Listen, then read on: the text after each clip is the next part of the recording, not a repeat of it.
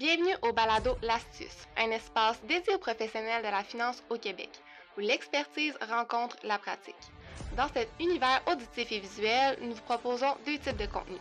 Tout d'abord, chaque mois, nous accueillons des invités de renommée qui gravitent autour de l'industrie des services financiers.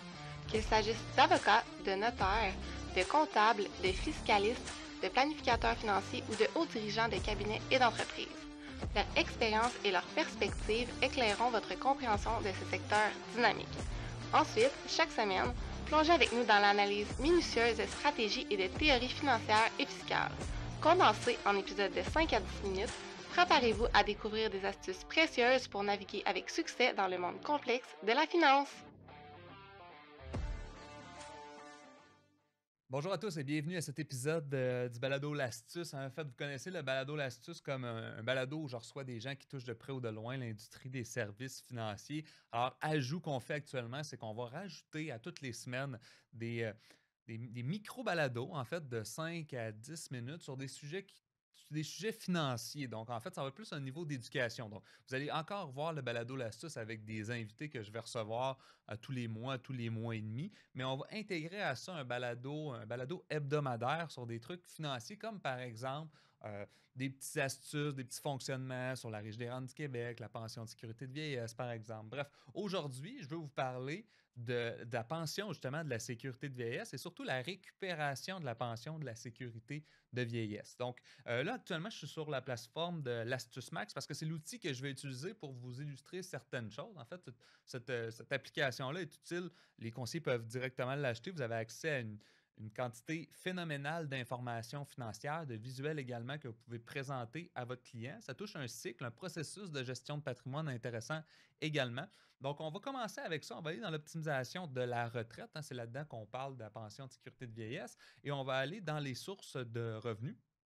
Et on va toucher, on ne sera pas dans le régime de pension du Canada, on va être dans la sécurité de la vieillesse. Donc, en fait, quand on parle de la sécurité de la vieillesse, bon, évidemment, on reçoit tout un montant de la pension de sécurité de vieillesse selon le nombre de temps que vous avez habité au Canada. Donc, pour les nouveaux arrivants, il y a un délai de temps à respecter pour avoir accès à la pension de sécurité de la vieillesse.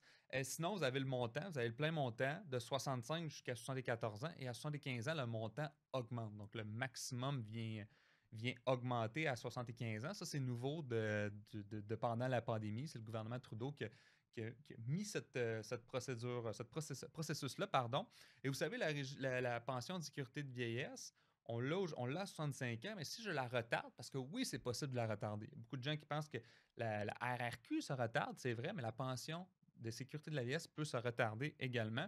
Et à chaque fois que je la retarde, je reçois 0,6 additionnel par mois. Donc, si j'attends de un mois, il y a une augmentation de 0,6, etc., jusqu'à 70 ans. Donc, potentiellement, je peux aller chercher une majoration de 36 de la pension de la sécurité de la vieillesse. Donc, c'est quand même intéressant là-dessus. Et des fois, il faut devenir stratégique. Là, supposons, je vous donne l'exemple que vous avez 65 ans, vous travaillez encore, puis vous faites 140 000 par année. Ce n'est pas une bonne stratégie de demander la pension de vieillesse parce qu'à cause de la récupération, que je vais vous expliquer juste après, je risque de la rembourser en totalité au gouvernement. Donc, je serais peut-être mieux de la retarder, aller chercher ma bonification. Lorsque je serai retraité, que mes revenus imposables vont être plus bas ou lorsque je vais plutôt mieux contrôler mes revenus imposables, parce que quand je suis retraité, c'est plus facile de contrôler mes revenus imposables. C'est moi qui choisis mes retraits REER, par exemple, jusqu'à 72 ans. Dans 72 ans, on m'oblige un peu le retrait minimum. En fait, je vous explique la pension, l'impôt de récupération. Donc, je m'en vais un peu là-dedans. Vous voyez un peu l'image que je montre ici. Donc, le montant pour la pension actuellement en 2024, c'est 8 492. Donc, à chaque fois qu'elle va être indexée, on va changer cette image-là. Donc, si vous regardez cette capsule-là ou si vous écoutez cette balado-là, il va arriver, ça se peut que le montant soit plus élevé que ça, mais ça dépend au moment que vous regardez, le balado. Donc, montant de la pension, 8 492. Vous devez payer l'impôt de récupération si votre revenu annuel net de toute provenance est supérieur à 86 912, c'est le seuil de 2023. Donc ça, c'est un seuil. Donc c'est le seuil que le gouvernement va prescrire. Et tous mes revenus qui vont dépasser ce seuil-là vont être multipliés par un impôt spécial, un impôt de récupération de 15 %. Donc, le 15% aussi est prescrit par l'agence. Ce n'est pas moi qui ai inventé ça. Donc, si par exemple, en 2023, vous avez un revenu de 96 000. Donc, 96 000, donc il y a un montant qui dépense le seuil. Donc, je vais faire 96 000 moins le seuil de 86 912. Donc, l'écart entre les deux va me donner 9 088 Donc, le 9 088 c'est l'excédent. Je vais le multiplier par un facteur de pénalité, l'impôt de récupération, de 15 Donc, c'est-à-dire, ça va me coûter 1 363,20 sur ma pension de sécurité de vieillesse, ce dépassement-là. Donc, je vais voir ma pension de sécurité de vieillesse diminuer de 1300. Si je l'ai reçu, je vais devoir en faire un remboursement.